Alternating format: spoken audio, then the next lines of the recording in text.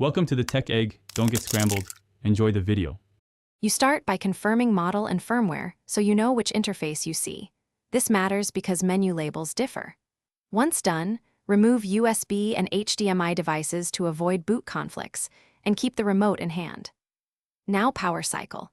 Hold the TV power button 10-15 seconds or unplug for 60 seconds, then plug back in while holding the remote's volume down plus power to enter safe mode if needed. This gets you into the mode we'll change.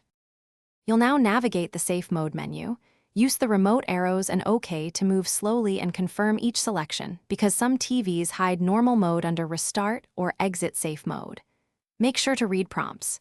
Pick keep settings if offered because a factory reset erases apps and accounts. If there's a restart to normal mode, select it and wait. Don't interrupt the boot. If your TV offers an update, then restart path. Update first so normal mode runs on current firmware. After choosing normal mode, you must wait for a full reboot.